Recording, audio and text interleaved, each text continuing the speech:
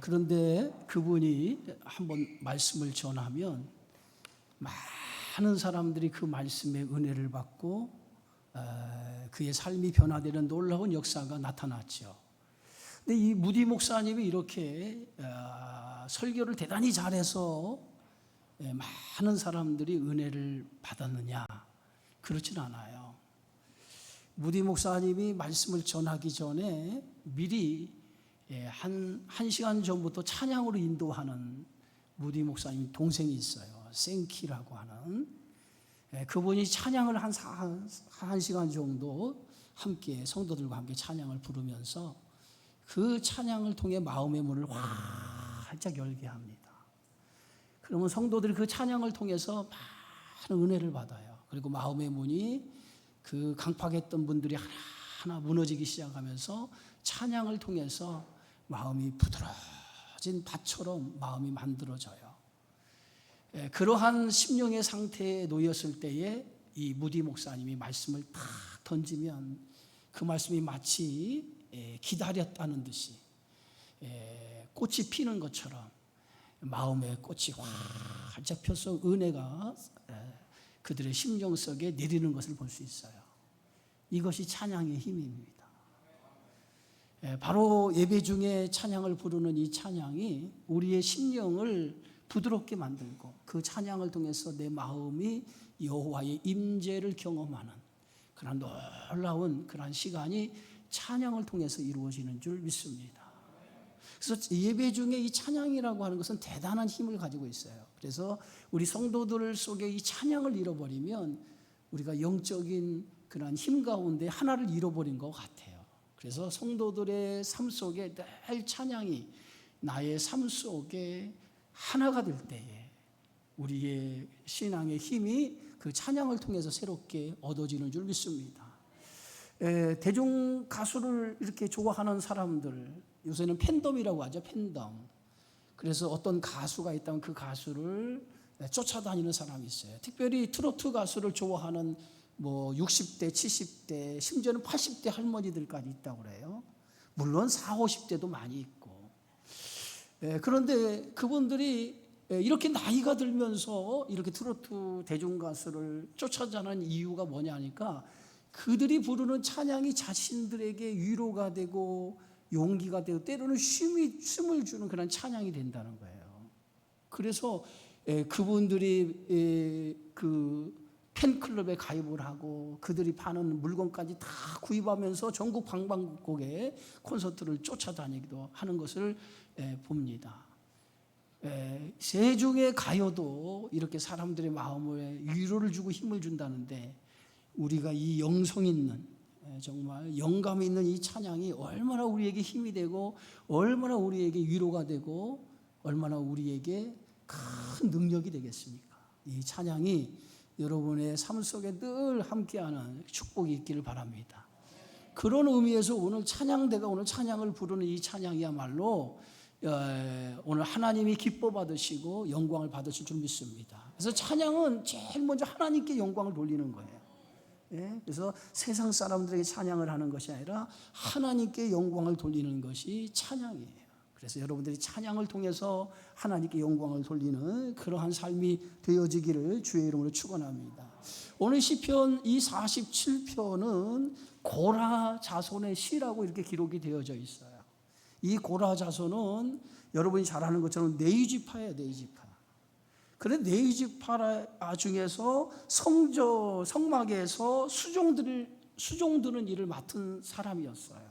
그런데 이 고라가 나는 왜 똑같은 네이지파인데 왜 나는 제사장이 되지 못하고 왜 나는 모세처럼 지도자가 되지 못할까라고 하는 불만을 갖게 되어졌어요. 똑같은 네이지파인데 왜 나는 제사장이 못 되냐 이거예요. 왜 나는 모세처럼 이렇게 지도자가 되지 못하냐 그런 불평과 불만을 가지고 있었어요. 그래서 세력을 규합해 가지고 이 모세와 아론의 반기를 들었어요. 그런데 하나님께서는 각자에게 주어진 다 직임과 사명이 있는데 그 성막 안에서 수종드는 일 얼마나 귀한 일이에요. 여러분 이 설교하는 설교자만 귀한 일이라고 생각하면 안 돼요. 여러분 찬양하는 찬양대 한 사람 한 사람도 하나님 앞에 대단히 귀한 일을 맡은 사람이에요. 그것에 대한 자부심, 그것에 대한 정말 하나님 앞에 하나님이 나에게 이러한 일을 맡기셨다라고 하는 그러한 자부심이 여러분 안에 있기를 바랍니다. 마찬가지의 성도들, 교회 안에 여러 직분을 맡았는데 여러 직분 가운데 교회 안에 그 여러 직분은 뭐예요? 교회를 세우는 그런 하나의 직임인 거예요. 예? 그래서 설교하는 사람이 있고 또 가르치는 사람이 있고 또 이렇게 찬양대로 봉사하는 사람이 있고 또 여러 가지 교회에 헌신하고 봉사하는 사람들, 그게 모든 것들이 다 아우러져서 뭐예요? 교회를 세워나가게 되어지는 줄 믿습니다. 그런데 이렇게 오늘 이 고라는 자신이 성막에 수종드는 일을, 왜 나는 이 일만 해야 되느냐? 똑같은 네이지파예요. 거기 불평을 갖고 누벤 지파 세 사람과 함께 네이지파 250명 족장을 동원하여서 그 모세와 아론의 반기를 들었습니다. 결과는 어떻게 됐어요? 그 반역을 주도한 4명은 땅에 갈라져서 그 속에 묻혀 죽고 나머지 250명은 불에 타서 죽게 되어지죠. 하나님이 그들을 심판하신 거예요. 자신들에게 주신 사명이 어떤 사명인지를 모르고 그것을 귀한 것을 모르고 그들이 모세와 아론이 가진 그 사명만 귀하게 여기고 그것에 탐났던 결과가 비참한 결과로 끝이 나고 말지. 그런데 이렇게 고라는 하나님 앞에 심판을 받았지만은 하나님께서 이 고라 후손들은 남겨두었어요.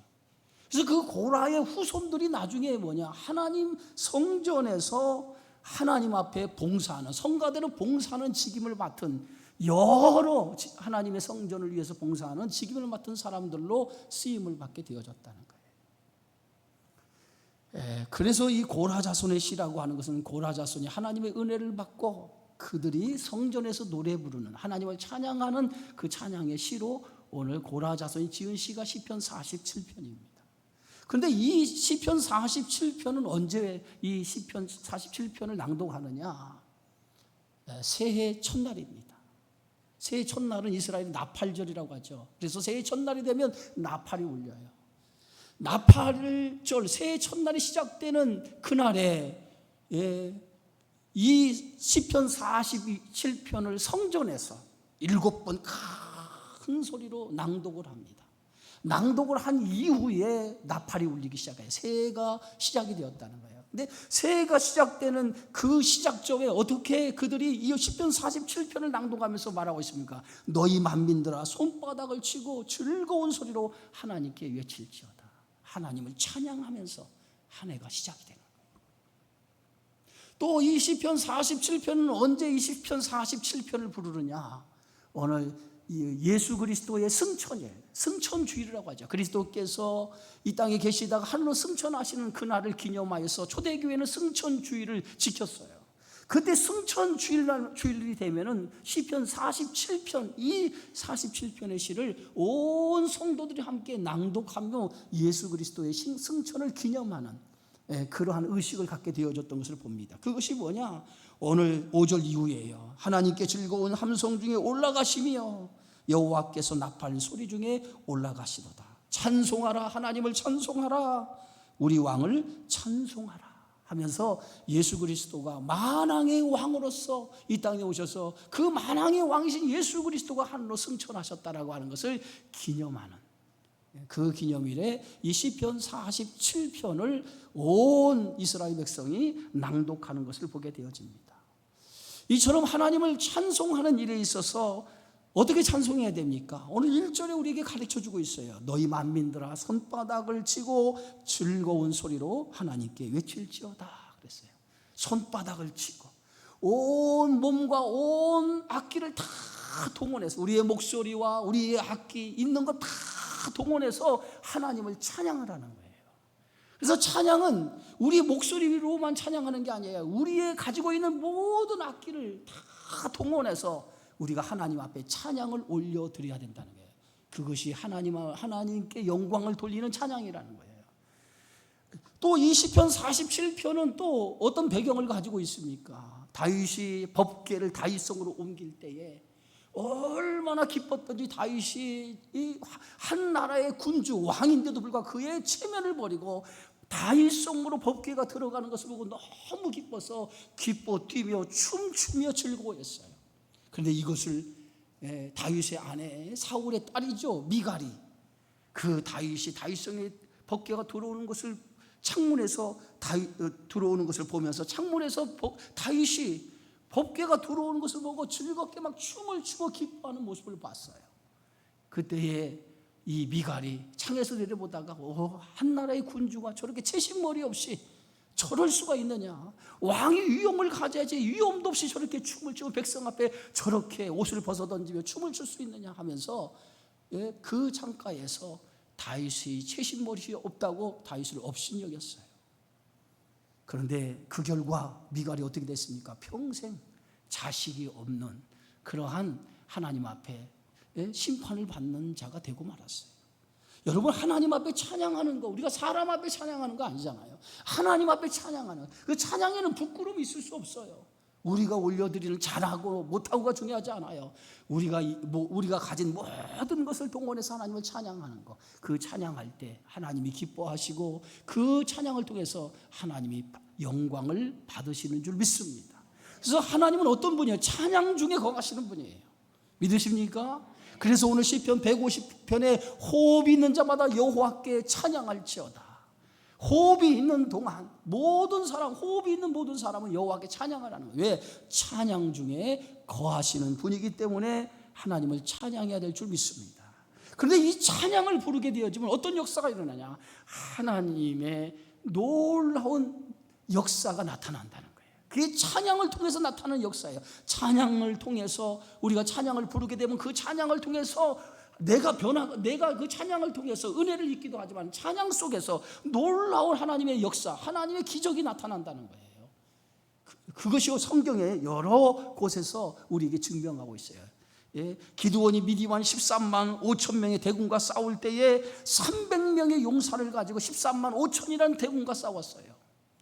그때 그 300명의 기드온 용사들이 들었던 무기는 뭐예요? 나팔과 횃불이 전부였어요. 그리고 항아리를 들고 그 나팔과 그리고 횃불 그리고 항아리를 들고 그들이 300명의 용사가 미디안 13만 대군과 싸울 때에 마지막 그 미디안 대군과 싸울 때에 그 항아리를 깨면서 일제히 함성을 지릅니다. 여호와 기드온의 칼이라고 소리를 질렀어요. 모든 백성이 한순간에 소리를 지르는 순간에 그 12만 5천 명이나 되는 적군들이 스스로 싸우다가 스스로 자멸했던 것을 보게 되어지죠. 또 우리가 잘 아는 것처럼 이스라엘 백성이 여리고성을 정복할 때 매일 하루에 한 바퀴씩 돌았어요. 마지막 날에 7바퀴를 돌고 일제히 소리에 맞춰서 함성을 지르는 순간에 그 난공불락과 같은 여리고성이 한순간에 와르르르 하고 무너졌어요. 모든 백성이 한순간 한 소리로 소리를 지를 때 여리고성이 무너졌다는 거예요. 바울과 실라가 복음을 전하다가 이제 빌립보에서 매를 맞고 감옥에 던져졌을 때 한밤중에 일어나서 하나님 앞에 찬송을 부를 때 어떤 역사가 나타났습니까? 지진이 나서 옥토가 열리며 채웠던 착고가 풀어져서 그 가운데 하나님의 살아계심이 증거되어지는 나타나는 역사가 일어나게 되어졌어요. 그래서 그 현장에서 그것을 목격했던 간수장, 그게 회개가 일어나고 그 회개를 통해서 빌립보 교회가 탄생하는 놀라운 역사가 일어나게 되었던 것을 봅니다. 또 하나 역대하 20장에 보면 모압과 암몬 연합군이 이스라엘을 쳐들어왔어요. 그때에 여호사밧 왕은 그들을 대항할 만한 아무런 힘이 없었어요. 성경은 이렇게 표현합니다. 아이를 해산해야 되는데 해산할 힘조차 없다는 거예요. 그게 이스라엘 백성의 현재의 모습이었다는 거예요. 아이를 해산해야 되는데 해산할 힘조차 없을 정도로 오늘 모압과 암몬 연합군이 공격해 왔는데 쳐들어왔는데 그들을 대항할 만한 아무런 힘이 없었다는 거예요. 그때 여호사밧 왕이 하나님 앞에 엎드려 기도하기 시작합니다. 하나님이여, 저들을 물리칠 수 있는 힘이 아무것도 없습니다. 하나님이 도와주셔야 됩니다 라고 하나님 앞에 기도하기를 시작을 했어요. 그래서 그 기도를 마치고 난 다음에 그들이 그 여호사밧이 찬양대를 세워서 그 찬양대 옷을 입히고 제일 군사들 앞에 세워서 전쟁을 치르기 시작합니다. 여러분, 전쟁을 치를 때에 전쟁에 제일 앞서 나가야 될 사람이 누구예요? 군사 아니에요? 군사. 잘 훈련된 군사가 제일 앞에 나가서 싸워야 되는데 오늘 여호사밧 왕은 제일 훈련된 군사를 제일 앞에 세우지 아니하고 오늘 찬양대를 제일 앞에 찬양복을 입혀서 제일 앞에 찬양대를 세우고 그들이 여호와를 찬양하고 노래 부르도록 했어요. 그리고 나서 그 뒤를 군사들이 따르기 시작을 했습니다. 그런데 놀라운 일이 일어났어요. 하나님께서 그 찬양을 부르는 순간에 복병을 두어서 암몬 자손과 모압 자손을 다 쳐서 멸하도록 하나님께서 큰 승리를 허락해 주신 줄 믿습니다. 이게 하나님의 역사예요. 찬양 중에 하나님의 기적이, 하나님의 역사가 나타나게 되었다는 거예요. 그러니까 여러분, 찬양 속에 하나님의 역사가 나타나는 걸 믿으시기 바랍니다. 그래서 찬양을 부르게 되면 그 찬양이 뭐예요? 따라합시다. 어둠이 물러간다. 찬양을 부르면 내 안에 있는 어둠이 물러가기 시작을 해요. 그리고 그 안에 뭐예요? 생명의 역사가 내 안에 들어오면서 하나님의 놀라운 역사를 경험하게 되어지는 줄 믿으시기 바랍니다. 여러분, 이제 힘들고 어려운 일이 있습니까? 낙심하고 절망하지 마시고 그 힘들고 어려운 중에 하나님 앞에 찬양하시기 바랍니다. 찬양을 부르시기 바랍니다. 그때에 내 안에 있는 어둠의 것들이 다 물러가고 하나님 주시는 은혜가 내 심령에 채워지면서 말할 수 없는 기쁨으로 내 심령이 충만해지는 줄 믿습니다. 그게 찬양을 통해서 이루어지는 하나님의 역사예요. 또 하나, 오늘 찬양을 통해서 하나님께서 승리를 주시지만 하나님께서 뭐예요? 찬양을 통해서 뭐예요? 우리에게 복을 주신다는 거예요. 여러분, 찬양하는 자가 가장 복된 것을 믿으시기 바랍니다. 여호와를 찬양하라고 그랬어요. 하나님을 찬양하면 그 찬양하는 자가 복이 있는 거예요. 세상에 많은 복이 있습니다. 그러나 그 많은 복 중에서 가장 큰 복이 여호와를 찬양하는 거예요. 내 입술로 여호와를 찬양하는 것, 그것만큼 큰 복이 없어요. 그래서 여호와를 찬양하는 자, 하나님을 찬양하는 자에게 복을 주신다는 거예요. 여러분, 믿으십니까? 하나님을 찬양하세요. 찬양하시면 하나님께서 여러분의 인생 속에 복을 허락해 주시는 줄 믿습니다. 그렇다고 하면 우리가 누굴 찬양합니까? 가장 높은 곳에 계신 하나님, 그 하나님을 찬양하는 거예요. 오늘 성경 말씀에 보면 가장 높으신 하나님을 찬양하라고 얘기하고 있어요. 1절에서 4절까지 너희 만민들아 손바닥을 치고 즐거운 소리를 하나님께 외칠지어다. 지존하신 여호와는 두려우시고 온 땅의 큰 왕이 되심이로다. 여호와께서는 만민을 우리에게 나라들을 우리 발 아래 복종하게 하시며 우리를 위하여 기업을 택하시나니 곧 사랑하신 야곱의 영화로라. 바로 우리가 찬양할 대상이 누구예요? 가장 높으신 하나님이에요. 가장 높으신 하나님, 그 하나님을 찬양하는 거예요. 이 세상을 이 세상의 사람을 찬양하는 것이 아니라 가장 높으신 하나님을 찬양하는 거예요. 하나님을 찬양할 때 하나님이 우리를 기뻐하시고 그 찬양을 받으시는 줄 믿으시기를 바랍니다. 왜냐하면 이 세상의 모든 주권이 누구에게 있습니까? 하나님 안에 있어요. 그래서 하나님이 이 세상의 모든 주권을 가지고 있기 때문에 이 세상 만왕의 왕이 누구냐? 만왕의 왕이 하나님이세요. 그 하나님을 우리가 소리 높여 찬양을 부르는 거예요.